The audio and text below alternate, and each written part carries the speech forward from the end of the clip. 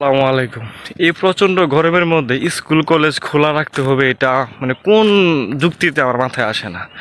যেহেতু এক সপ্তাহ বন্ধ দেওয়া হয়েছিল, আরেকটা সপ্তাহ বন্ধ দিলে কি এমন ক্ষতি হতো? বেশিরভাগ জায়গায় আপনার হাফ টাইমের পর স্কুল মাদ্রাসা ছুটি হয়ে যাচ্ছে, তাইলে স্কুল মাদ্রাসা খোলা রেখে লাভটা কি? আপনারা আরেকটা সপ্তাহ বন্ধ দেন, দেখেন গরমের অবস্থাটা কি হয়। তাপমাত্রা যেহেতু অতিমাত্রা চলে গেছে, আরেকটা সপ্তাহ বন্ধ রাখেন। আগে ছিল সাপ্তাহিক 2 দিন বন্ধ। এই গরমে এত তীব্র তীব্র গরম চলতেছে, এর মধ্যে আপনারা আবার পুরো সপ্তাহে ক্লাস। শুক্রবার শুধু বন্ধ, শনিবার আবার রাখছেন খোলা। আপনার আজকে আবার হাইকোর্ট থেকে নির্দেশ দেওয়া হয়েছে যে সকল শিক্ষা প্রতিষ্ঠান যেন আবার বন্ধ করে দেওয়া হয়। তো আমার মতে সর্বনিম্নে 10 দিন যেন বন্ধ রাখা হয় সকল শিক্ষা প্রতিষ্ঠান, যেহেতু গরমের তাপমাত্রাটা আরও বাড়বে বা বাড়ার সম্ভাবনাই বেশি। যদিও 3-4 দিন টানা বৃষ্টি হয়, তাও তাপমাত্রা কমার কোনো সম্ভাবনা নাই। এরকমই আর কি অবস্থা।